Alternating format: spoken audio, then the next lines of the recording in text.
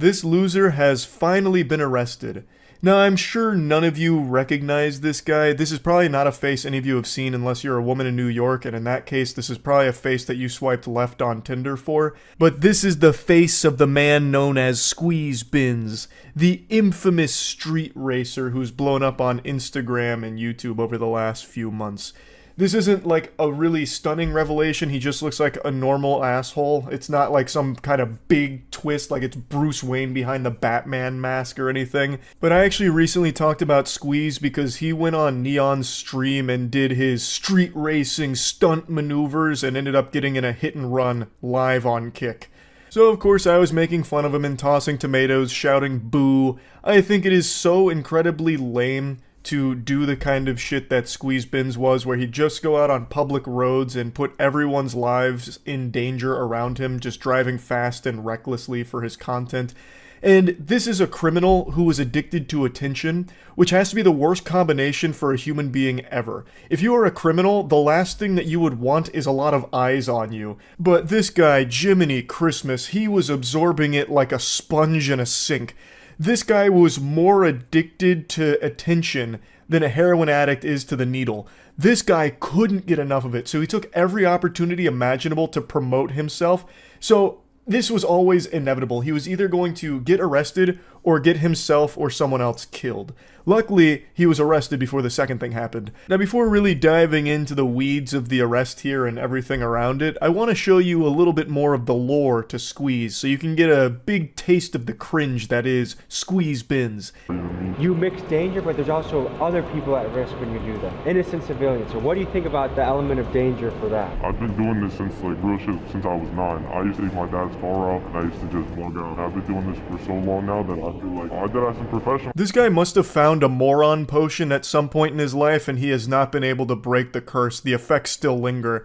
He did an interview with Tommy G, a very popular video, over 8 million views here, where he's revealing some pretty sensitive information really, all while acknowledging that he's one of the most wanted people in the area by the authorities. How stupid can you be? He's going on a press tour here to promote himself while actively engaging in illegal activity and putting himself in as many places as possible, giving authorities all the evidence they could ever require. He also has the gall to call himself a professional. He is a talented driver, no doubt, but the only thing he's a professional at is not dying. That's it. He's going out there and gambling with everyone's lives and his own, and nothing beyond that. He's not a professional at anything, he's just currently surviving. Is all. How I drive. There's been incidents where I've gone out with people and they try keeping up with me and they've crashed. How fast do you go? I mean, there's been a video on live where I've gone one-handed 210 miles an hour. Filming with one hand, driving with the other, 210 miles an hour. Yeah. That's insane. Did that scare you? Not really, just to build up a tolerance of just speed. Do you feel like the police watch your Instagram? 100%, they do. Let's pop in the 100% they do, which is why I'm doing all of these interviews to help them in their pursuit.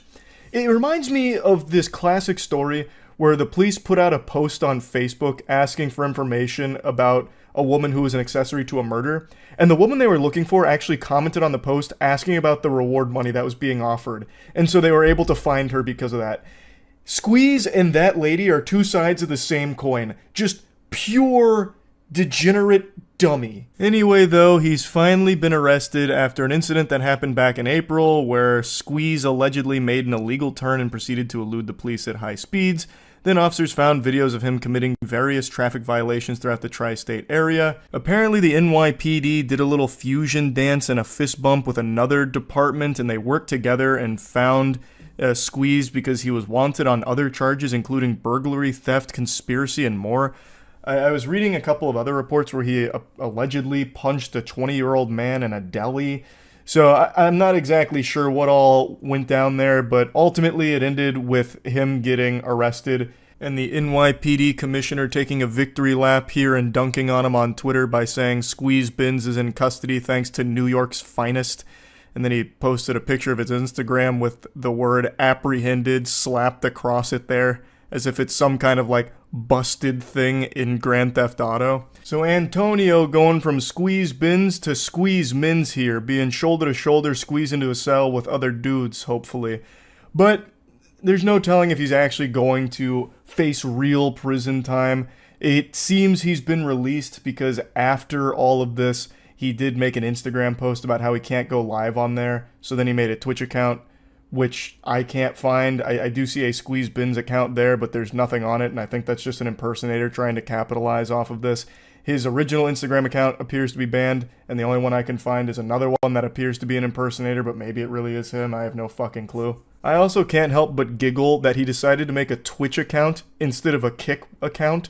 Like, not even this blatant criminal who has already broadcast crimes on Kick wants to make an account over there and stream on purpose. He still decided to go to Twitch first and foremost. That's kind of crazy to me because Kick is the home of broadcasting illegal activity. They don't do shit about it there.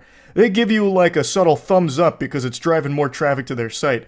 That should be home turf for Antonio here. Squeeze Benz would be hoisted on their shoulders like a golden goose.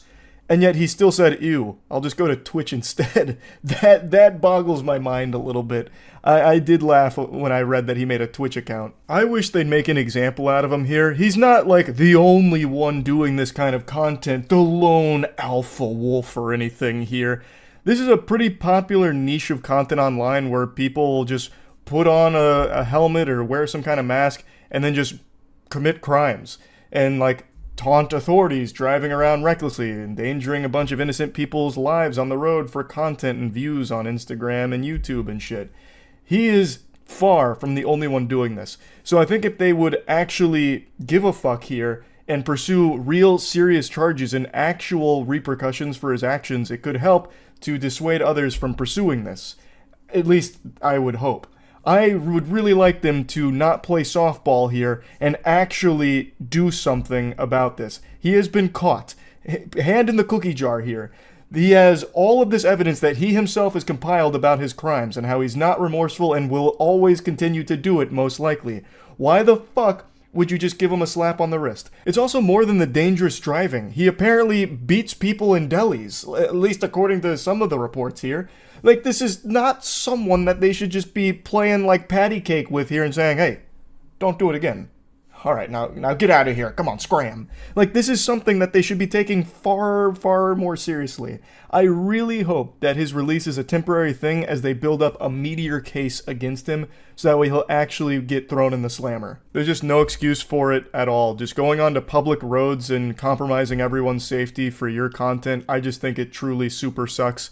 And I think the fans of this kind of content are extraordinarily annoying. So there are still like Squeeze Benz enthusiasts that are losing sleep over this, thinking that he's done nothing wrong. Nobody got hurt, even though in his interview with Tommy G, he says that people have tried to emulate him and they have crashed. So people have literally gotten hurt. He also did get involved in a hit and run on stream, but whatever, I suppose. Just go ahead and ignore reality here and continue to live in fucking delusional Narnia land. But, you know, hey, they're Squeeze Benz guys. Of course they wear diapers and eat glue. Is what it is, I guess, but I'm just super happy that he's finally been arrested, and I can only hope that they do throw the book at him. So yeah, anyway, that's really about it. So yeah.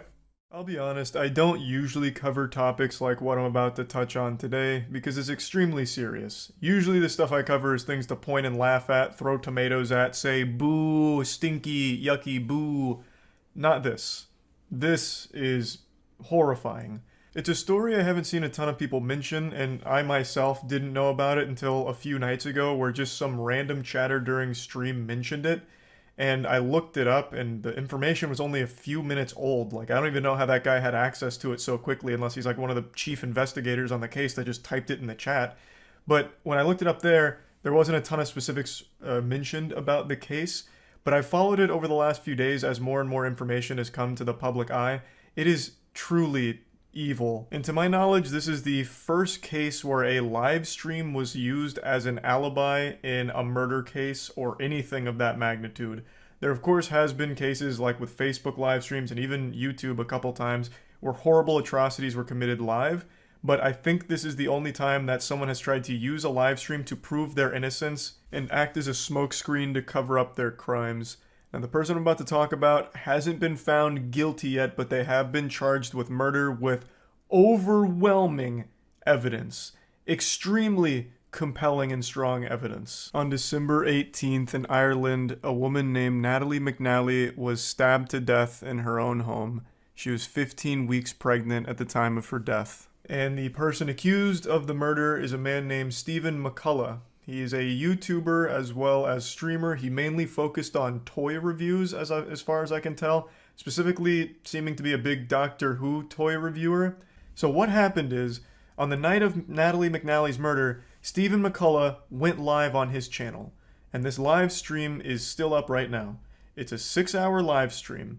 And this was crucial evidence to prove his innocence on this evening. Because how could McCullough have possibly killed someone when there's proof of him streaming from his home at the same time that the murder had taken place? So they eventually, after bringing him in initially on suspicion of being involved in this case, let him go. Because this live stream did serve as a pretty good alibi for him. Plus, this wasn't just streamed to 0 viewers, there were real sentient human beings with a pulse there to watch this stream, so should any of this information ever come to light, there would be a lot of witnesses saying, no, I was watching him stream, he was 100% at home.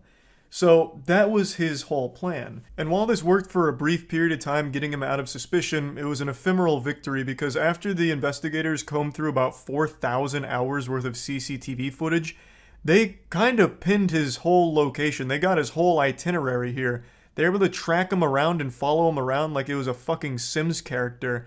So not only did they see him through the CCTV evidence, but they also have the account of the taxi driver. They even took notice of things like a yellow glove underneath a black glove while giving change to a bus driver. And with all of this, they had a really strong case against him being the murderer. But they still had that live stream to explain. Because again, there is a live stream that did span the entire course where all of this took place.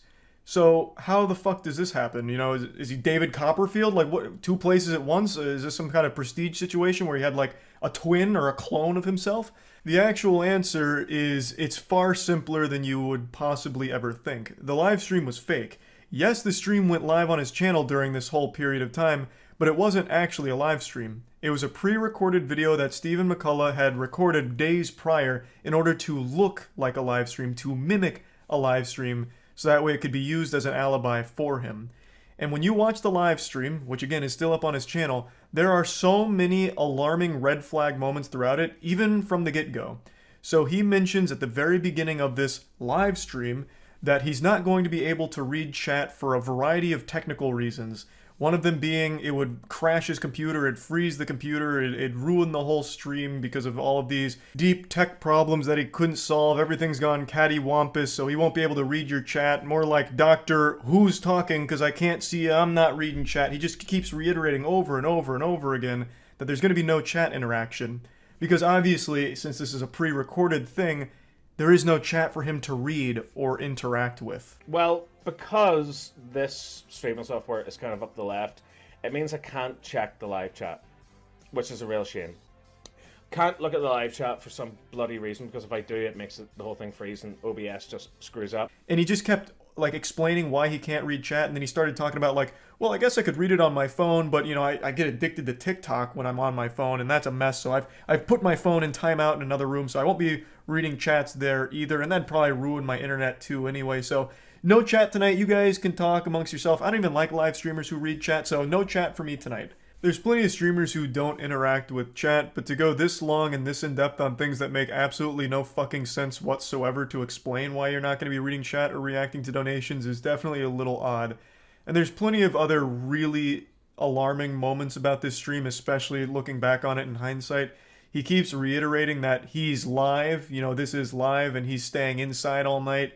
He talks about like drinking and driving, and he'd never drink and drive, which is why he's staying inside, drinking on stream live for his viewers to enjoy.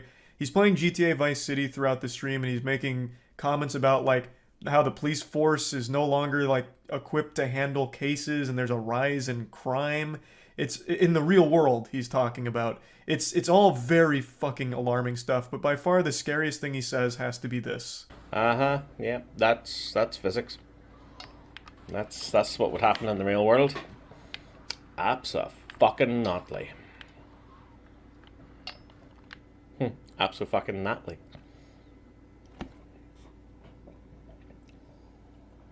Completely out of nowhere, unprompted, he mentions someone named Natalie in a pretty menacing way. And once again, there's plenty of other things he says in here that are very scary, but I think this one is by far the worst moment. This has been 100% confirmed beyond a shadow of a doubt to be a fake live stream. When authorities seized some possessions, they found the actual video itself and concluded that it was filmed on December 13th or 14th. And also, McCullough himself has confirmed that the live stream was not actually live, it was pre-recorded, but insists that he was actually just drinking by himself alone that night. He completely denies the murder and insists that someone else may have been dropped off in a taxi near his home. This is referring to the CCTV evidence that they've gathered, pinpointing all of his locations throughout the evening. There's also other awful shit here as well. McCullough stayed pretty close to Natalie McNally's parents, and in one case even left his phone over at their house in order to bug them and secretly spy on them to record their conversations to see if he was a suspect. So McCullough went to the McNally house, left his phone on record, and left, but returned 40 minutes later claiming to have forgotten it, and police were saying that this was an attempt to listen into their conversations to see if they suspected him of anything in this. I can't envision a world where Stephen McCullough is not the person who committed this crime. There is just an overwhelming amount of evidence against him. And he still doesn't have a real explanation for what the possible motive to faking the live stream would even be. Nothing that makes sense, at least. And then randomly dropping Natalie's name during it. I just cannot imagine that this man is innocent, but he hasn't been found fully guilty of being the murderer yet. But yeah, overall, a horrifying situation. I'm wishing the absolute best for the McNally family, and I'm hoping justice is served here. That's about it. See ya. Call of Duty. It's a shit franchise with a shittier community, and now they've helped murder an innocent man. So this is a story I've been following since the first reports of a suspected death via swatting were reported on, and I'm sure some of you have already heard it by now, but it's something I want to talk about. So this sad story goes, two man-children named Vaporize and Mir Cole, and I know upon hearing these abysmal names you asked yourself, are these 8-year-olds that this story is about? No, these are not 8-year-olds that those names belong to. Those names belong to adults. And these two adults had a Call of Duty wager match for $1.50. They were really throwing the wood down that night, high stakes gambling, and they lost the match. They were on the same team and they got mad at each other and they blamed each other for the loss and they started going at it. No, my dick's 3 inches hard, so I have the bigger penis. Who cares if you have the bigger penis? A girl laughed at me once, and then eventually it escalates to the point where Vaporizer gets in contact with an even bigger virgin, the chief virgin. His name is Swatistic, and he had been known for swatting things like MLG matches and shit, just really sad, pathetic stuff. And this human catheter did an interview on YouTube talking about this. I still watched it because I wanted to hear what a swatter sounded like, and it's exactly like what you'd expect, just as pathetic as you'd imagine. Right. Do you take any responsibility for what happened? The argument can be made that the police would have never shut up if I didn't make the call. However, I don't believe that I'm the only guilty party involved in this whole incident, considering I was contacted and, almost instructed to SWAT and taunted to SWAT an address. I mean, of course, if you want to, you could say that, of course, I was involved. However, other people were involved.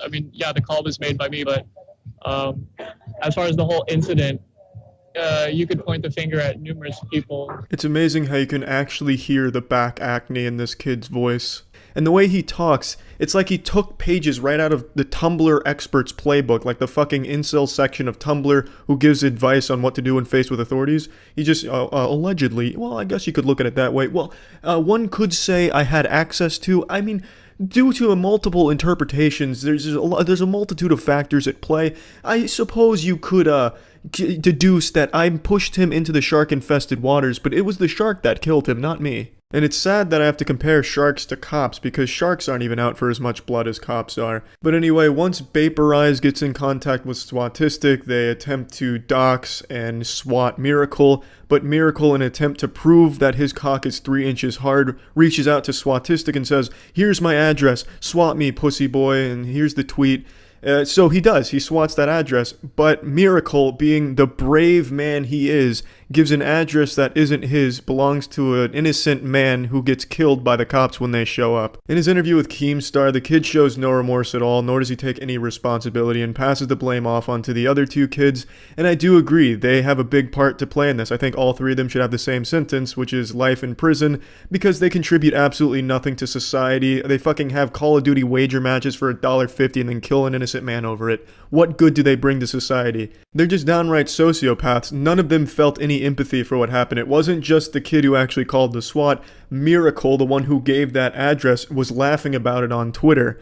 Vaporizers, not to be heard from. They all deleted their accounts and shit. But I really don't think it can be that difficult to find out who these three dudes are. The fucking NSA can watch me jerk off in the middle of my kitchen through my coffee maker. How can they not find who owns these horrible Twitter accounts with these horrible fucking names? And now I'd like to talk directly to the people who say, well, it's not their fault, it's the cop who killed him's fault. No, it's definitely their fault. That wouldn't have happened if they didn't call the police. But the police are also very much to blame here. So, according to the family, what happened is the police were banging on the door, the husband opens the door and is immediately shot by a cop. Immediately shot. Why the fuck is he immediately shot? You go there because it's a reported hostage situation. I understand it's very high tension, you're nervous, you're on edge. But you knock on the door and someone opens the door. That's the expected response. Why do you panic and shoot him? It's like a pizza man going to my door because I ordered pizza. He knocks on my door, I open the door, and he fucking blasts me with a shotgun because he wasn't expecting me to open the door. What the fuck were the cops expecting? Did they think he was gonna bust through the second floor window like Action Man and land on the ground and turn himself in?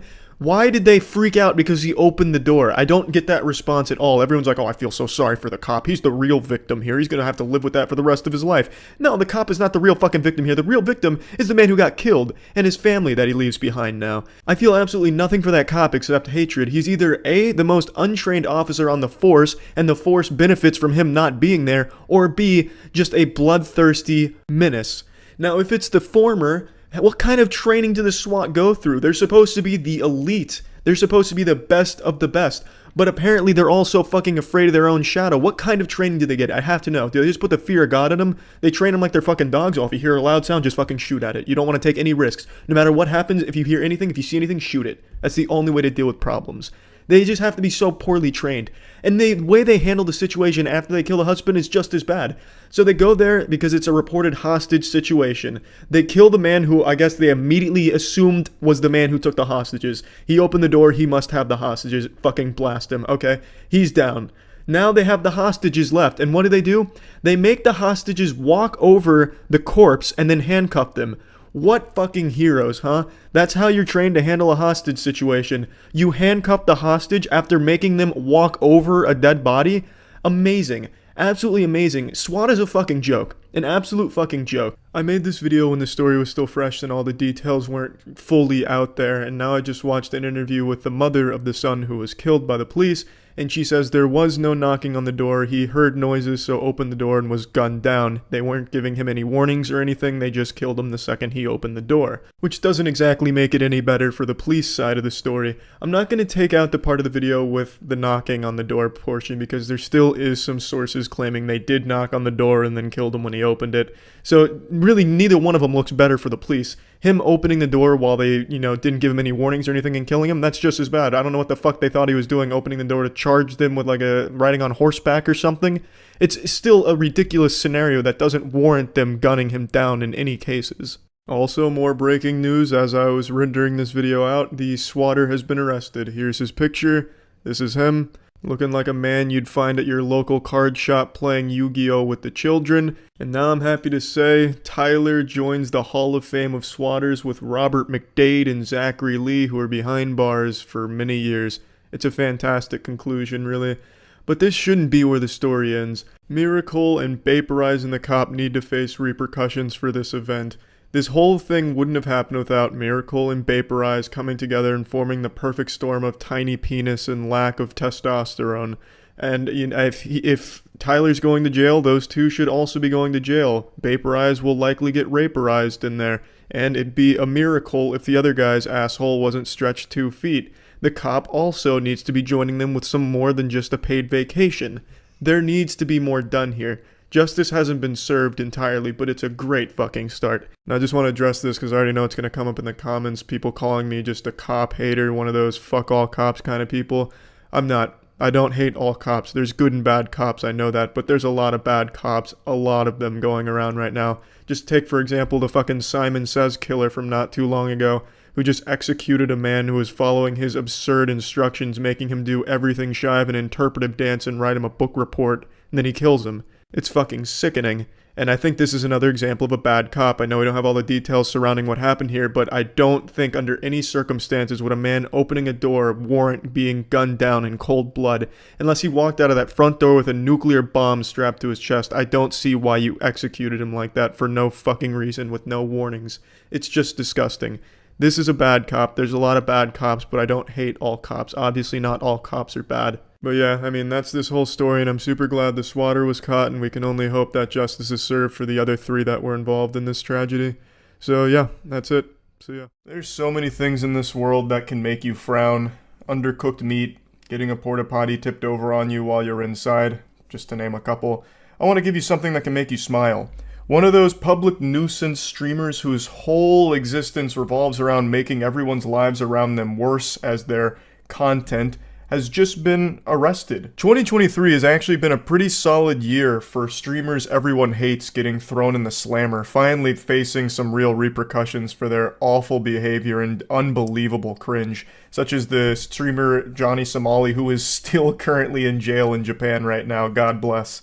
Now, I haven't seen a follow-up to the individual we're going to talk about right now, so I'm going to delve into fantasy like it's the fucking Magic Treehouse here. In my little headcanon fanfic, he is currently sitting in his prison cell blubbering his little eyes out like a bitch. And this clip actually makes me extremely happy. It reminds me that Christmas is right around the corner because it gets me in a joyful spirit. And just as old Saint Nicholas taught us, it's better to give than to receive. So I wanted to give you all the gift of a big ear-to-ear grin as we watch this insufferable asshole get arrested, but also what led up to it. Hey, listen up. You look so cute and you look so delectable. I want to put you on a plate and just eat you up. How about that? What's your name, baby? I know you're sorry. You're sorry you can't get with a hunk like me. You're sorry you're stuck with a cuck that you fucking cheat on. You record videos of you sucking off other guys and he wants to see that shit. Correct me if I'm wrong. This guy's voice sounds like someone doing an impression of a Redditor. He's got that quintessential nasally loser voice, and clearly he knows he's not actually going to end up getting this girl's number or anything like that. He's being as abrasive as possible because it's content for his stream to entertain them by just going up and harassing women as much as possible. Admittedly, this guy is also self-aware enough to recognize that he is a creep, but instead of doing anything to fix that and better himself, he's more than happy to lean into it as much as possible to become the ultimate creep. He has adopted it as his only personality trait, being a loveless, sexless loser, and tries to make a career out of it. He is actually striving to be a professional dumpster for everyone in the chat to spit in and laugh at. It is pathetic. Dude's out here more dripless than I am, by the way. He's out here rocking a yellow t-shirt, bright yellow, looking like Curious George's friend, the man in the yellow jacket. Goober's also got some of the worst posture I've ever seen in public. He's more hunched over than that iconic photo of Goatman in the forest. So I already know when he's not out in public harassing people for his stream, he's inside on the computer doom-scrolling the internet, rotting and withering away. Now, of course, I'm not usually one to criticize posture, because sometimes when I'm streaming, I get fucking hunched over and right up against the monitor too. But at least when I'm out in public, I'm self-aware enough to recognize that you gotta straighten that shit up. And that happens regularly, right? Tell me I'm right on the money or not. Tell me, okay, listen up, baby. I'm so sorry. You know, I really tried. God damn you. Her booty's so small. Fuck. It's so cute how he also has a friend with him that's doing the same thing, but from a distance, kind of whispering it to stream, just insulting the girl for the audience. What an unbelievable power couple of fucking douchebags.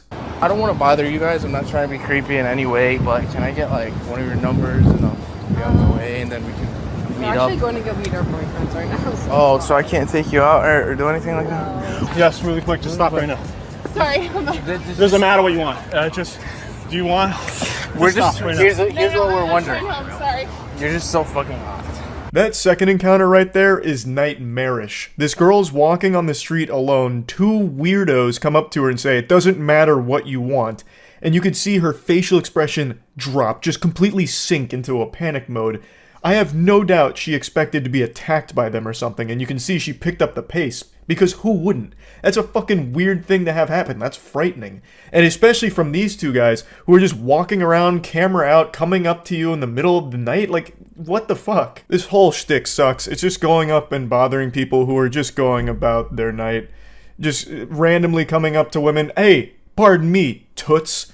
Unsucked penis is a disease, and I'm suffering from it. Are you the cure? You should be. It's fucking dumb. And it's a lot worse than that. It's worse than just going up and doing cringy lines. It's sticking around, bothering people, and in this case, scaring a woman who's walking home alone. Want to be my girlfriend for 5 minutes? Do you want to just kind of go on a little date? We're gonna walk for a bit. Okay. Just a pinky. Okay. Pinky? So you can hold my hand. Oh, Yeah. So, Hey, I'm here with my girlfriend. I'm here with my girl. Can you guys just shut the fuck up? I'm here with my girlfriend. Okay, Just shut the don't fuck scare up. people, Get the please. fuck out of here. I'm here with my girlfriend. You're making too much noise. Get the fuck out of here, asshole. Fucking prick. I'm so sorry, Okay, Luna. no, I'm this so is dumb. Please. No. I was just protecting you. No, I was I don't protecting want you, that, baby. no. Please. Ha ha, you get it? The joke is, he's just pretending to be an unhinged lunatic. I don't know why you couldn't understand the gut-busting comedy of that. I'm gonna toss a quick fun fact your way, so get ready to receive it. About a month ago, I made a video going over shitty streamers like this guy and his friend, and I'm almost 100% certain that this is the same guy that ran away when someone he was harassing finally took him up on the offer to fight. He was the guy that instigated a conflict, and then the guy he was doing it to said, alright, let's just settle it right now. And immediately this guy bolted off. I'm being very generous with that term. Bolted in the same way that an alcoholic zombie would stumble across the street, because this guy is not athletic at all. But he ran away as quickly as his goofy little legs could take him, and then had this brief come-to-Jesus moment where he recognized just how sad and pathetic he is. Just this impressive specimen of trash. All right, you and me, Central Park, tomorrow. Don't be late, motherfucker.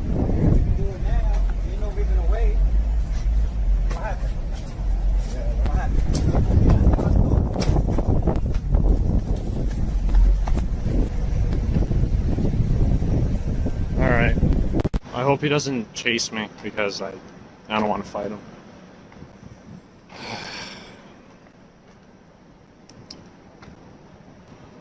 Am I a pussy beta? Perhaps.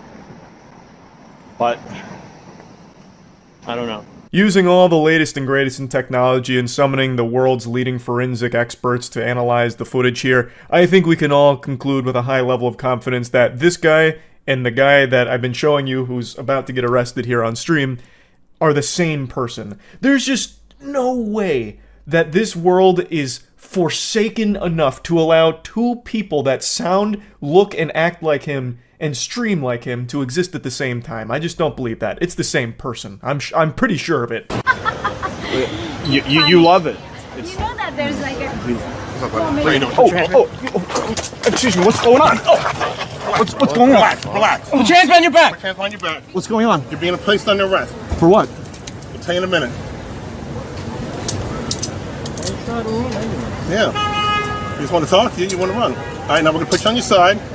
So they're arresting Carl, guys. Carl did nothing wrong. Ah, yes, the good ending. Tugs on your heartstrings. It's a beautiful thing to witness. You love to see that. I can't imagine a more fitting conclusion here. I don't know why his buddy's saying he did nothing wrong. He immediately tried to run from the cops who were about to start talking to him. You can't do that. Like, what the fuck? I imagine they got called there for a disturbance, like, hey, there's this weirdo and his weirdo friend that keep harassing everyone nearby, so the cops are coming to tell him to, like, cut that shit out. And then Chief Goofball here immediately tries to run. Well, it's not really a run. This guy and run don't really go in the same sentence. He takes, like, two fee-fi-fo-fum steps that kind of resemble, like, speedier movement, and the cops are like, nah, putting the kibosh on this, and they just tackle him, they take him down, and then stand him back up. So, again, I don't know what the update is. I don't know if he's still in custody or what, or if there's any charges. I couldn't tell you. It just makes me happy to see that. It's just a big ol' asshole getting taken off the streets there. So, I thought that might put a smile on some of your faces. That's about it. See ya. Hey, it's that magical time again where we get to point, laugh, and shoot spitballs at a creepy degenerate being weird to a woman.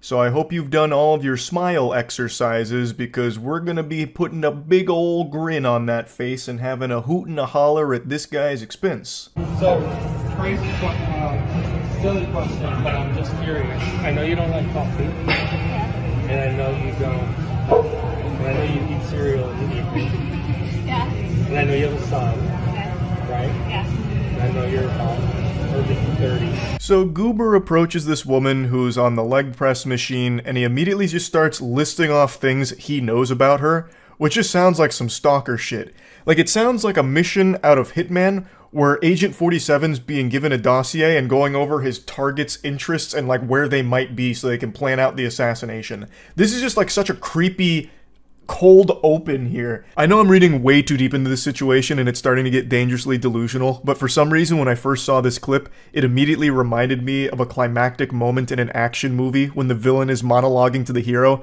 like a fucking phone call. I know you don't like coffee. I know you're in your early 30s. I know the FBI is listening to this call right now. I know you have a son. His name is Mark. He attends Biff Gilmore High. Do this task for me. And all the agents listening to this, stay out of it. And nothing has to happen to Mark. It's just a really odd, peculiar play here. This is definitely not a play that John Madden would draw up. To just approach her and start listing off all the things you know about her, it's just weird. I'm assuming she and him have talked before, which is why he knows all this. They probably have, like, small talk. They're probably on friendly terms. I don't think he's been, like, perusing her Facebook trying to digest all of the lore that she publicly posts about herself there. But it's still weird to then come up and just start, like, spouting it all back to her about everything you know. That's what I've learned so far. Yeah, you know, I don't know. I think you're really cool. I know you have a son. I tell you, you know, straight up, like, I kind of sort of married, like, I kind of sort of on my end. You know how everything has an opposite? Wet, dry, light, dark, matter, antimatter? This guy is anti-charisma. He is the exact opposite of Riz. Like, this dude legitimately has less game than someone that is asleep. He is stumbling through whatever he was cooking up in his noodle here, and it is extraordinarily uncomfortable to listen to. It's like the first draft of a book report where there's still a ton of typos and grammatical mistakes and nothing's making sense, it's all scatterbrained. That's what's happening through this whole exchange. And yet he still is able to squeak out that bombshell there that he's actually married while actively hitting on this woman. And you can see the shock and surprise on her face to learn that little nugget of information about this guy. If I had to speculate a guess, I would imagine he's been flirtatious in the past, which is why she's even more surprised by it. So he's just a big scumbag piece of shit here for this. Yeah. Okay. Yeah. That's great. Yeah. But I don't know. There's something about you that's really cool. Like just casual, but I don't know if you would have pizza with me sometime or something. I'm pretty sure your wife is not a pretty. Good golly, heavens to Betsy, this guy fucking sucks at talking to women. He is speaking to her like he is still in middle school. He just keeps repeating, I think you're cool, I think you're really cool. Like, I half expected him to just go even harder on that, like, I actually think you're epic. Do you want to come over and see my Fortnite, KD? And then we can grab a pizza. Like, there's nothing wrong with a pizza date, I want to be clear there. But it's just this combination of, you're so cool, cool, cool, let's get pizza. Like, that's what I imagine a 12-year-old thinks romance is like. You're cool, get pizza with me, I'll have my mom order Papa John's. Like, what the fuck? It sounds like he's about to bring up cooties. Like, I don't even care if you have cooties, it's okay. Like, he sounds like a fucking child talking to her through text messages. Like, circle yes if you like me, if you like me. Oh, it's so bad. Honestly, this might be inspirational for someone out there. It doesn't matter how awkward or uncomfortable you are, you could still find a partner. Somehow this guy has a wife. Somehow this complete fucking turbo loser has a wife. And now he's trying to cheat on her. So don't be like this guy, but at least let this be known that you don't have to be the most charismatic person out there or be the most socially adept at speaking to other people to find a partner. So maybe there's a little positive spin there. But anyway, back to spitting and shitting on this goofball. The lady here is being extremely sweet about this whole thing as opposed to just splashing the cold water on him and saying, get the fuck away from me. She is tiptoeing around this, probably because she doesn't want to make a scene out of it. Most women usually try and let someone down in a nice way, because if they don't, it could get dangerous. Like, there's no telling how unhinged this guy is. He's trying to fucking cheat on his wife, and he's being brutally honest about it. He is a weirdo. So it's definitely the smart call to just be like, oh, I don't think your wife would approve of us getting pizza or going to play laser tag or whatever other childish fucking offer you were about to make. Like, her being nice about it is the optimal move, but it also keeps her wrapped up in this conversation, unfortunately. So I feel so fucking bad for her because he continues to press, and he's already interrupted her workout. So I imagine it's just this giant fucking headache, this huge annoyance because this uncomfortable miasma of cringe has approached her and won't leave. Like the storm just will not pass. Yeah. Yeah. So. I'm glad you're up front, but yeah. Yeah. No, that's cool. Yeah, exactly. Married, then, like, Right, no. That's why I said. Yeah. That, I wanted to be. Yeah, but, I won't say unfortunately, because, being married is good. But sometimes sometimes you meet somebody that just doesn't care. Bingo. Peekaboo, I see you. I was so curious what this guy looked like. I was freeze framing on every single goddamn pixel of this thing, trying to catch just a glimpse of him here to finally get this Bigfoot photo with him peeking in the top right there. I always get so curious in situations like this. What does the person look like who's conducting themselves this way? I know it's not important, but for me, a mystery like this sometimes just needs a little bit of closure. Anyway, he continues with his speech. I don't want to say unfortunately, because being married's great. I love it. But sometimes need something with a little bit more of a connection. A man like me can't be hunkered down to just one woman. You know what's better than one pussy? My wife's? Your pussy. That's 2 vaginas. Double the fun. What say you to that? Come get a pizza with me. Yeah, I don't know. Yeah, no, but like it's my connection wouldn't be your connection. I'm married. Hopefully it does lose faith in men and humanity, right? Like, it makes us scared women to, like, ever want to get married because we don't know if they're out at the gym doing that. You know what I mean? For sure. I mean, I don't blame you. I'm mad at you. At least you're honest, but like... He's going into full car salesman pitch mode right now with the hard sell. My connection's your connection. Buy 2, get 2 free. Come on now. What are you waiting for? The deal's depreciating. Come on. It's, what are you doing? And she is doing her absolute best to be nice here. She is doing everything she can to be, like, sweet in this situation. To try and, like, just get through this as pain-free as possible so she can go back to working out, which is what she went there to do. Like, oh my god, it's so fucking rough. And the guy just keeps going. No, for sure. Oh no, I mean, I wouldn't, like, have not told you, Up to this point, I just kind of said hi and let it off, and that's it. And I was, I was like thinking, really, when you think about it, it's unfair even to, like, you also. So, what the hell? What's the point? The way he just blabbers on and gets all jumbled up on each word reminds me of that viral meme of that kid who was doing a line reading but accidentally messed it up. Have you ever had a dream where you could, and you never want, but you could, and you never want, but do it so bad? Like that? That is his entire statement to this woman here. Just a bunch of gobbledygook. I mean, probably the best scenario is, and I'm not saying this would ever happen, but, like, seriously, if you knew my wife and, you know what I mean? Like, we were all friends, that's different. Yeah. But, and you actually would like her. She's very nice. Yeah. You'll probably meet her sometime, actually. She hasn't been, but she does come sometimes. So when we're here and I see you, I'll introduce you. That's where our adventure ends. And man, what a journey it was, huh? I don't know where to begin with that closing statement. If only you knew my wife and we were all friends, that's different. You'll probably meet my wife at some point. You'll fucking love her. I mean, she's great. You'll love her. In fact, my wife would actually love if I cheated on her with you, and that can happen after you meet her. I'll just introduce you next time that she's here, and we can talk about how I was trying to cheat on her by taking you on dates. And I think we'll all have a good laugh about it. We'll all become great friends, and then it's all smooth sailing. Just a fucking weirdo, loser, degenerate creep. Pretty impressive one here. So, yep, just wanted to talk about this a little bit. That's about it. See ya. If you grew up during the 90s or the early 2000s, there's an extremely high chance that you watched some of Dan Schneider's shows. It was like impossible to avoid him. It'd be like trying to dodge raindrops during a thunderstorm. Dan Schneider during this period was the king of children's television programs. He made some of the most influential productions like Drake and Josh, The Amanda Show, iCarly. His resume is just stacked with tons of shows that I imagine meant a lot to many of you growing up. And make no mistake, you meant a lot to the creator of these shows as well. Well, not so much you, but your feet certainly did. The creator of these shows is a monstrous foot fetishist, Dan Get in the Van Schneider.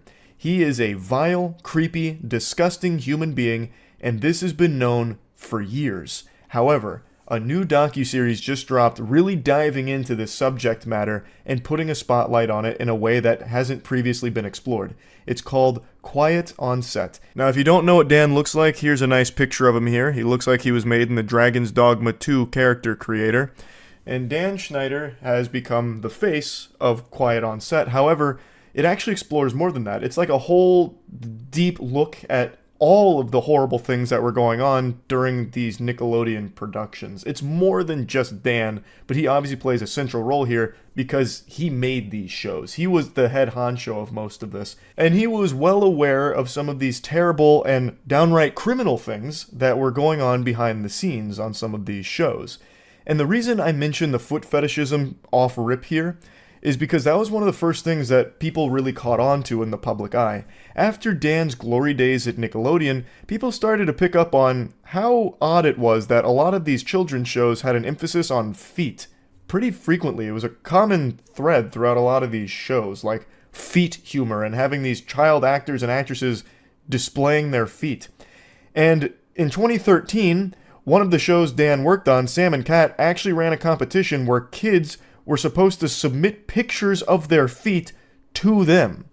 Like, that's weird. No matter how you spin it, that's a really weird thing to request from your audience of children, to take pictures of their feet for you. That's just downright creepy and wrong. I can't believe that tweet is still up, by the way, over a decade later, and no one thought to delete that. That is impressive. But anyway, people started to pick up on Dan's fixation with stompers, and it seemed like his fetish was bleeding into his work, and he was having the children unknowingly participate in it by having them display their feet. That's what it seemed to a lot of people, so it was obviously very concerning, so people did more and more digging. They found more and more evidence of Dan being an awful piece of shit behind the scenes with a lot of shady things going on there, and it just led to this reputation that people for years have known that Dan blows loads to toes Schneider is not a good person. And now Quiet on the Set has released, and so much information has come out, not just about Dan, but about that entire Nickelodeon workplace around these child stars. Arguably the largest piece of new information that dropped during this docuseries was the sexual abuse of Drake Bell by someone named Brian Peck. So Brian Peck was a coach at Nickelodeon whom was sexually abusing Drake Bell, and he was actually convicted in 2004. He spent 16 months in the slammer, and then immediately upon release, landed a job with Disney. If that doesn't show just how rotten to the core this industry is, I don't know what will. There is deep-seated evil in Hollywood. He went to jail for lewd acts with a minor. He is a sex offender, a convicted sex offender, and he immediately got a Disney Channel job working on The Sweet Life of Zack and Cody. What the fuck? That's mind-bogglingly evil. Like that's not just irresponsible, that's malicious. It's not like they just made some kind of mistake where they put a sex offender in a role where he works almost exclusively with children. It's not like they made a whoopsie-daisy, they just happened to overlook that he's a sex offender. They knew. They would have to know, and they still hired him for that role regardless. That's scary. That's terrifying. They're actively enabling a fucking sex offender to potentially prey on more children. Drake also described that when he went into court, Brian Peck had the support of some very powerful and familiar faces. There were 41 character letters written to the judge asking for leniency for Brian Peck. 41 letters of support from industry personnel that were trying to get a lighter sentence for Brian Peck, even knowing that he is guilty of the crimes for which he is about to face the punishment, asking for a more generous sentence. These weren't just 41 pieces of toilet paper with nonsensical scribblings on it from nobodies. These were 41 character letters that were submitted by industry personnel, some of whom were high up on the food chain, so these things carried weight. And they're advocating for someone who is guilty of sexually abusing a child. Holy shit. They just viewed it as not a big deal, I guess. Listen, Judge, I understand Brian Peck diddled a child. Who at Nickelodeon hasn't? Are you really gonna throw him away or put him away and throw away the key for that? What about season 3 of Drake and Josh? What actually matters here? Let's think about that. Like, this is crazy to me. It almost stops being surprising learning that Brian Peck landed a job at Disney right after his 16 months in prison for this crime, because it seems like that entire industry just does not give a fuck about the safety of kids to begin with. So like I said, Quiet on Set isn't just about Dan Schneider and all of the awful things that he has done. It's about how awful that entire industry itself is. But once again, Dan Schneider does still play a large role in this docuseries, highlighting the bad workplace and environment that he would cultivate, the weird shit that would go on in like the writer's room and the way he'd treat some people, just a whole plethora of different bad stuff. And in response to all of this, Dan Schneider himself actually stepped out from the shadows, leaving his little gopher's hidey hole and addressing it head on in one of the most painfully scripted and staged apology video interviews I've ever seen. Hey, it's Boogie. I played T-Bo on Nickelodeon's iCarly. I got a chance to watch the Quiet on Set program, and I reached out to Dan to see if it was something that he'd be willing to discuss. I'm pleased to say that he said yes. Dan, how are you? I'm okay. The interview is not conducted by a professional. It's conducted by a former actor in one of Dan Schneider's shows, and he is not equipped to handle something like this. This is the biggest load of baloney. Like, this is just some straight up fucking malarkey. There is no pushback from Boogie on anything in this interview at all. It's just strategic softballs designed to give Dan Schneider some kind of sympathetic PR win here, where he comes out of this looking better, where he comes out of this like not the bad guy. It's so deplorable that they'd even try something like this with a straight face. I think it is extremely transparent what this is, and I'm happy to say pretty much everyone saw straight through this. This did not give Dan Schneider the dunk I think he was expecting it to. This did not make him look any better in the public's eye. It actually just made it look even more sinister that he was able to, it seems, pre-prepare this interview to mitigate the potential fallout from the docuseries airing. Let's talk about the massages. Okay. Watching the content yesterday, it was disturbing. It was wrong. It was wrong that I ever put anybody in that position. It was the wrong thing to do. I'd never do it today. I'm embarrassed that I did it then. I apologize to anybody that I ever put in that situation. Dan, talk to me about the writer's room. From what I saw, not cool. No, and I don't mean to cut you off, but if I can cut right to the chase, let me just say, no writer should ever feel uncomfortable in any writer's room, ever, period, the end, no excuses. It starts with what's supposed to be this moment of taking accountability. Dan Schneider is just point blank apologizing and, you know, holding himself accountable for the sins of the past type vibe. Except he's really not. Like, these aren't things that you just, like, hand wave away with, like, a simple apology. A lot of what was reported is, like, unforgivable bad shit. Like, there's really no way of apologizing for the things that Dan Schneider has done and also been accused of. So it's just, it feels so fucking insincere. And Dan Schneider got away with it, and it seems will continue to get away with it. So he loses nothing by doing something like this, which just makes it frustrating to see him parade around pretending like he cares now all of a sudden. Like, it's extremely easy for him to just be like, oh yeah, that was bad. I feel bad for that. Oh, what a regret. Yep, not good.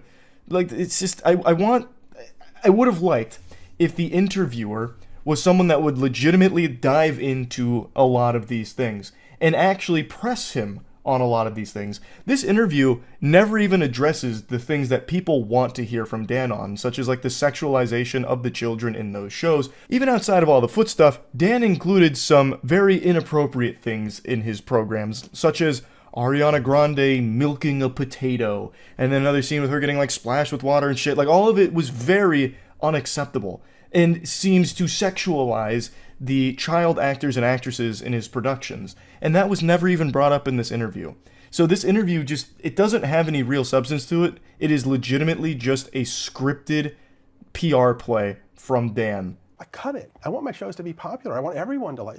The more people who like the shows, the happier I am. Yeah. So if there's anything in a show that needs to be cut because it's upsetting somebody, let's cut it. So I think it's big for you to say with your work, if it's viewed as that today, you don't have a problem. Cut it. Cut it. I mean, that's a solution. The last thing I want to ever do is put any content in a show that's going to upset my audience and make them want to turn off the TV. Why would I ever want to do that? That makes sense. This was him addressing a question that Boogie asked about like inappropriate jokes in there without getting too deep into the weeds, just a broad subject of some of these jokes have aged poorly and people look at them as inappropriate for a child audience. How do you respond?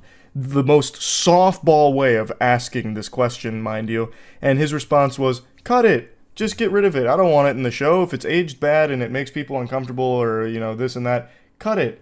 And Boogie's like patting him on the back for it, like, oh my goodness, wow. That's so benevolent. What a great solution. Yeah, that makes sense. What the fuck? It's so easy for him to say that now, but it doesn't take away the fact that you filmed it. If you cut Ariana Grande milking a potato type shit, if you cut some of the foot stuff that you included in there, it doesn't change the fact that you still had the child actors and actresses doing that shit and were sexualizing them. It still happened. That's still bad. Cutting it from the final product doesn't erase what you did. It's so frustrating that there's no pushback on any of this in the interview. He just gets to let him say his piece and then get applause for it. It's so stupid. And when Drake and I talked and he told me what had happened, I was more devastated by that than anything that ever happened to me in my career thus far. 41 of those people wrote letters for Peck, character letters, praising him for who he was and asking for leniency, and they knew that he was guilty. They knew he had confessed to some degree, and they still did this. But Drake's mom, a lovely woman who I stay in contact with this day, she came to me at the time and she said, would you help me with my speech for the judge? And I said, of course. And I did. Dan Schneider's fishing for the Nickelodeon's Kid Choice Award for the best fake crying. It feels super forced and super insincere. Him tearing up while talking about this story. This is him talking about the Drake and Brian Peck case, where he mentions 41 people wrote those letters and it baffled him. And then Drake's mom actually asked him to help her write her piece, which he did. And that leads me to a question of, if you knew all this, why didn't you back up Drake Bell? The way it's described, Brian Peck had all of these people in his corner, but Drake really only had his mom and his brother. Why weren't you more involved then? Like, I imagine that could have been extraordinarily helpful. But regardless, this interview doesn't do anything to change my perception of Dan Schneider, or anyone else's, really, I imagine, because it's still nothing. This isn't really an interview, it's just a PR piece, disguised as an interview. It's just more despicable garbage here. But yeah, anyway, I wanted to talk about this a little bit. Again, the docuseries is called Quiet on Set, it's out now, and yeah, just kind of wanted to go over it a little bit. That's it. So yeah. I remember a decade or so ago, there was this trend where some creepy, degenerate losers would go around in public and try and sneakily take pictures of women's panties by sliding their phone under their dress when they weren't paying attention. They treated it like they were Sam Fisher and Splinter Cell on a stealth mission trying to grab these photographs. And they'd take these pictures and they were called upskirts. If I remember correctly, there was even a Reddit community for that where they would proudly post this, which, by the way, is illegal. They were posting evidence of a crime they had committed on the subreddit. I'm pretty sure it got fully shut down, but right now there is like a Reddit upskirts community, but I think that's something totally different, like a phoenix that rose from those ashes, because it looks like those are upskirts that the people are taking of themselves for that community. But I do remember that there was a huge controversy about that a long time ago, and then pretty much overnight, it disappeared. Just like Godzilla after a big rampage, it just vanished. I had never heard about upskirts again. I never read any headlines about anyone doing upskirts, getting like arrested or anything like that, until 2 days ago, with a Target creep who got caught on video taking an upskirt of another shopper. And it's become a pretty big story now. So when I first saw this, I thought it was fake. I thought it was like one of those rage bait things that TikTok does really often.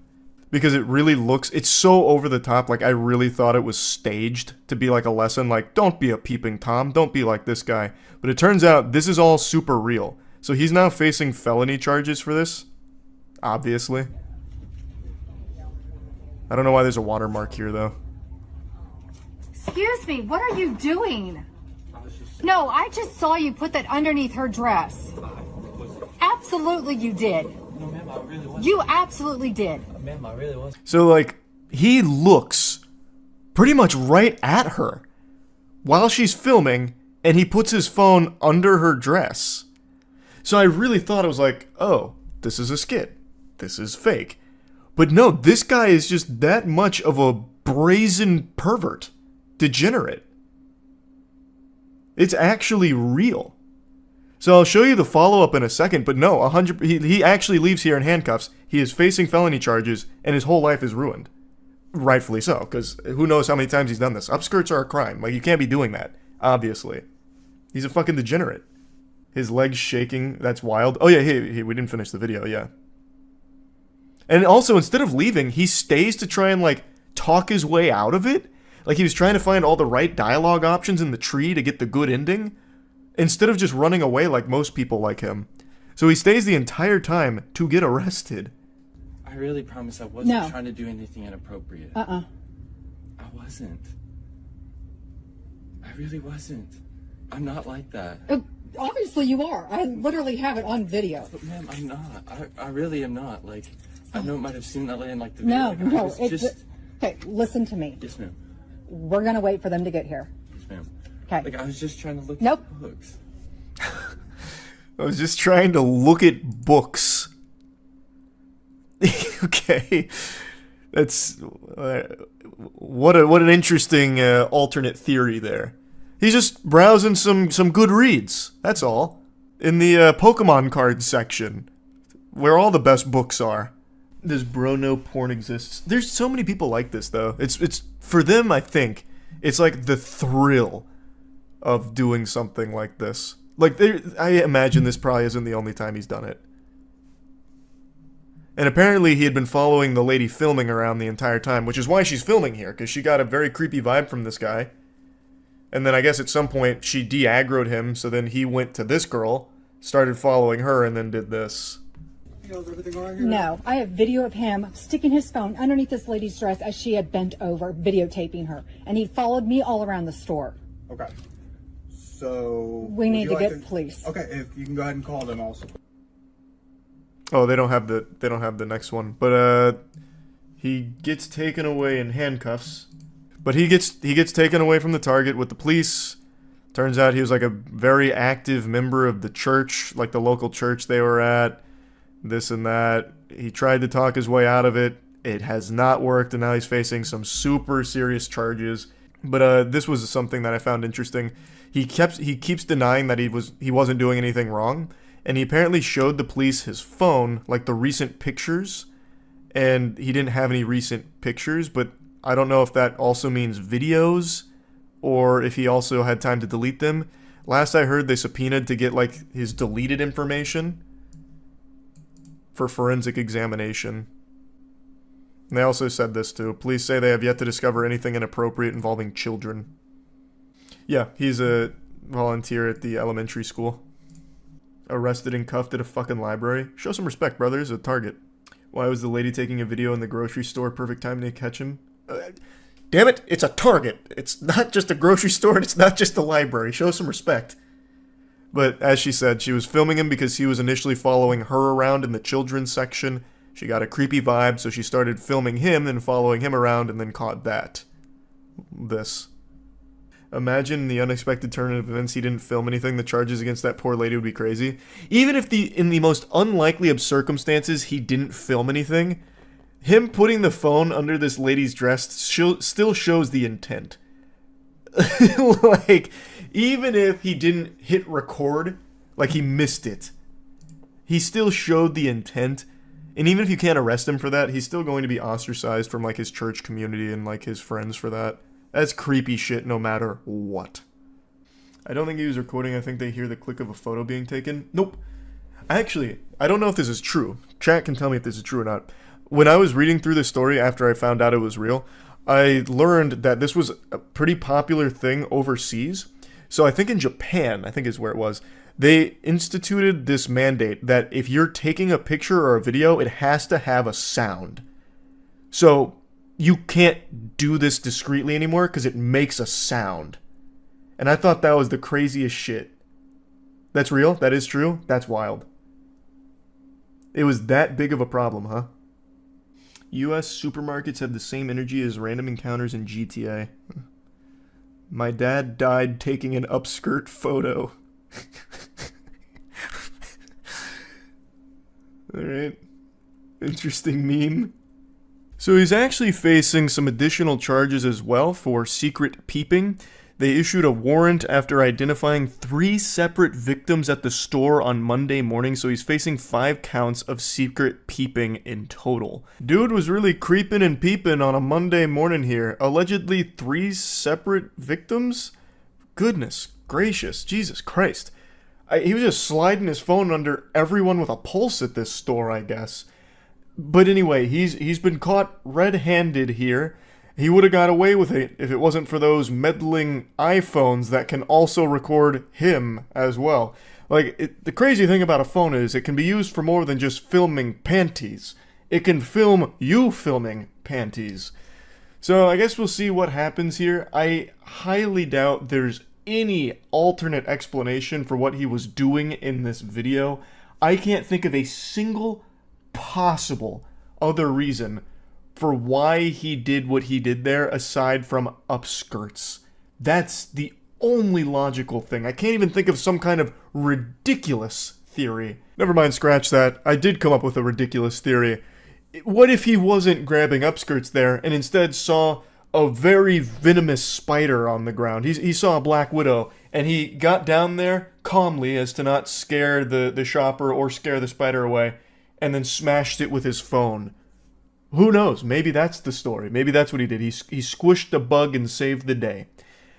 Obviously, I'm fucking kidding with that. The only thing that can explain his behavior here is that he is a sexual degenerate that was grabbing upskirts. So I guess we'll see what charges stick here or what comes from this story. That's really about it. I just wanted to share it. That's it. See ya. What's worse than being a loser? Being cringe. These are 2 very powerful forces of shame. Loser and cringe. But what would happen if you combine these 2 elements? Put them together? Well, Buster, the product of that fusion dance would be Nico D'Ambrosio. A turbo loser cringe specimen, the likes of which this world hasn't seen in many, many moons. Nico D'Ambrosio is a Chicago man who's currently suing 27 women because they didn't enjoy the dates he took them on, and they dared say that to each other in a Facebook group. A private Facebook group, mind you. And Nico, with steam coming out of his ears, said, "This cannot fly in a civilized society. Every woman should be enamored with me, and only have positive things to say. Thus, I'm taking you to court, heathens." That's exactly what he's doing. A Chicago man has taken out a defamation lawsuit against 27 women. One man and multiple social media platforms after finding negative posts about him on the Are We Dating the Same Guy Facebook group. According to WXYZ ABC Chicago, 31-year-old Nico D'Ambrosio is suing up to 30 women for sharing negative dating reviews on Facebook group Are We Dating the Same Guy. He claims that the negative reviews started in November and these people made false and defamatory statements about him. The lawsuit included screenshots from the Facebook group describing Nico as very clingy, very fast, and claiming that he flaunted money very awkwardly and kept talking about how I don't want to see his bad side. Oh my god, he hit him with the Hulk. You won't like me when I'm angry. D'Ambrosio is not happy about how he is portrayed and is asking for $75,000 in damages. So if you're oh, that's the end of it. How do you calculate damages from a private Facebook group? What damages did he suffer? He's the Billy Mitchell of bad romance. It's a frivolous lawsuit filed because his feelings got hurt. And I think all of you know by now how I feel about people that try and do this kind of shit. These abhorrent lawsuits made to like bully or scare people into silence. I fucking hate it. And this has to be one of the more pathetic examples of this tactic being used. He's suing these women for $75,000, claiming they defamed him with slanderous, untrue remarks. And it hurt his reputation, which is why he's seeking so much money in return for it. But it's a private Facebook group, you goober. Your lawsuit has done significantly more damage to your reputation and put you in the spotlight. I would have never heard of you. Most people would have never known who you were had you not done this ridiculous lawsuit. You pitiful, whiny little worm. Douchebag.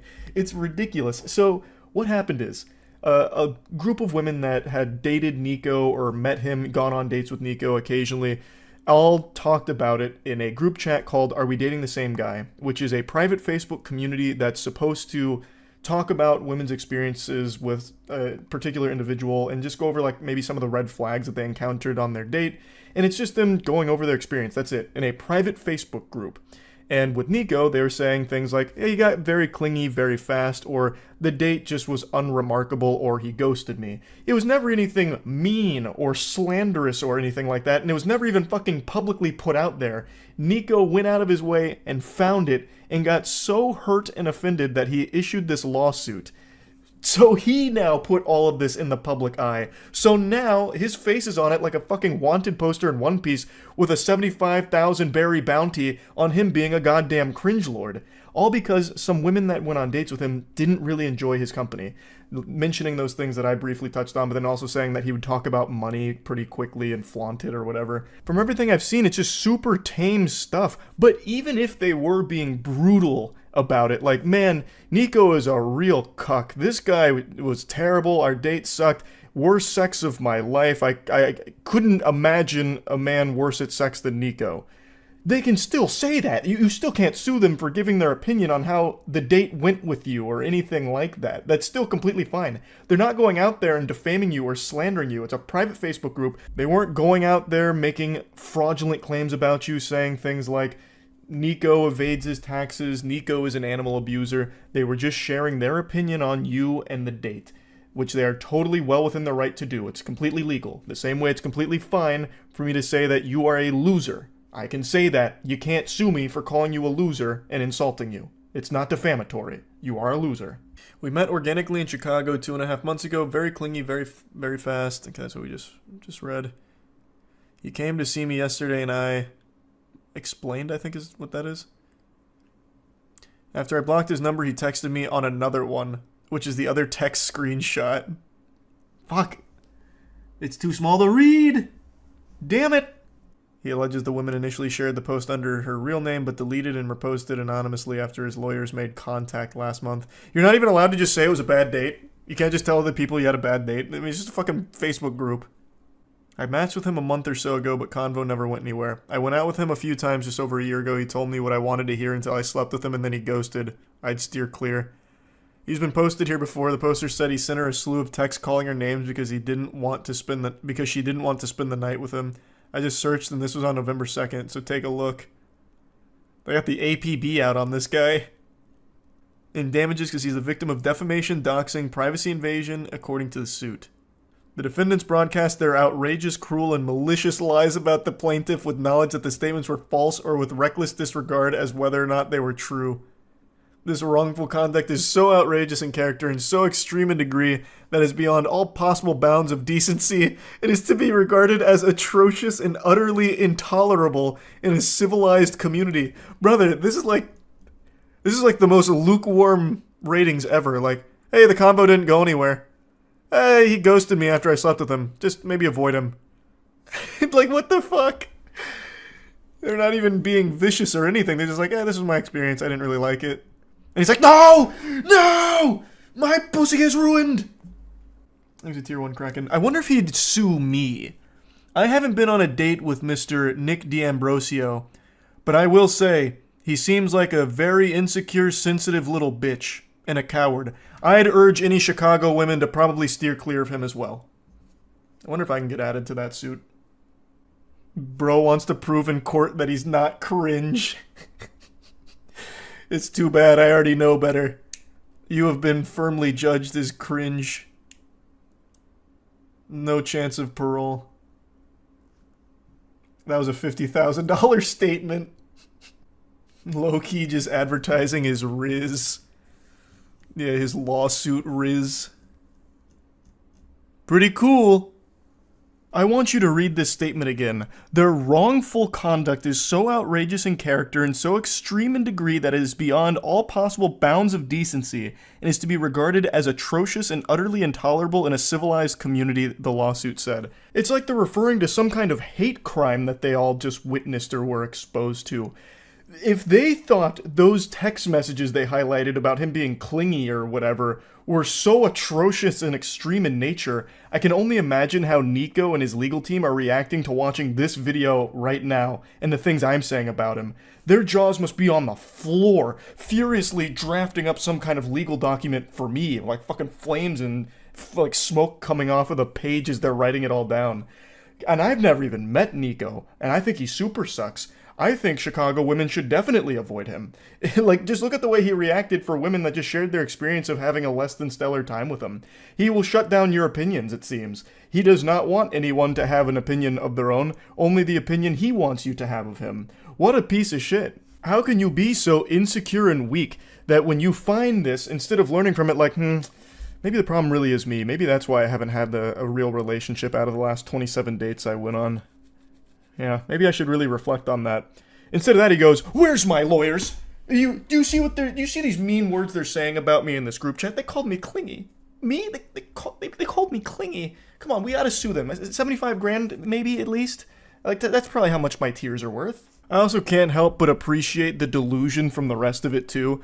Saying things like, thousands of men have been potentially defamed by members of the group via these online publications and remain entirely unaware of the attacks on their character as a result of the social media group's private status and heavily moderated members list, the suit says. Can you just wrap your head around the ridiculousness of that statement? They are openly saying that it is private and heavily moderated, and that the individuals that are being talked about there are most likely entirely unaware. Because this is basically just a tight-knit community discussing their experience privately with each other. It's no different than a break room conversation with coworkers talking. You can't sue someone for a conversation they had privately with others about you. You are going after people for their opinion of you. They are not defaming you or anything like that. And since it's not public, they're not even bringing awareness to you being a weirdo. They are just talking privately with each other about like, hey, listen, this guy was kind of shitty. I didn't really enjoy it. Like, that's it. So if you match with him, just know I didn't have a great time. Maybe you will, but here were a couple of the red flags I noticed. That's totally fine, totally reasonable. There is nothing wrong with it, and this guy is still crying. It's crazy. And the lawsuit's trying to make it seem like it's some kind of almost noble cause, like this shadow organization working in secret has been defaming thousands of men for so long, and the men don't even know it. It's called just having a conversation in a group chat. It's not illegal. You can't sue for that. At least you shouldn't be able to. But this guy clearly has a ton of money at his disposal, and we all know how this system works. We just saw it fucking unfold with Billy Mitchell, actually, since I name dropped him earlier. If you have a lot of money, you stand a much better chance of winning, even if it's the most outrageous shit ever. So I'm really hoping this doesn't go anywhere, because it is so fucking stupid and shameful. This man, Nico D'Ambrosio, and his entire legal team are absolute clowns. So I just wanted to talk about it a bit more. That's really about it.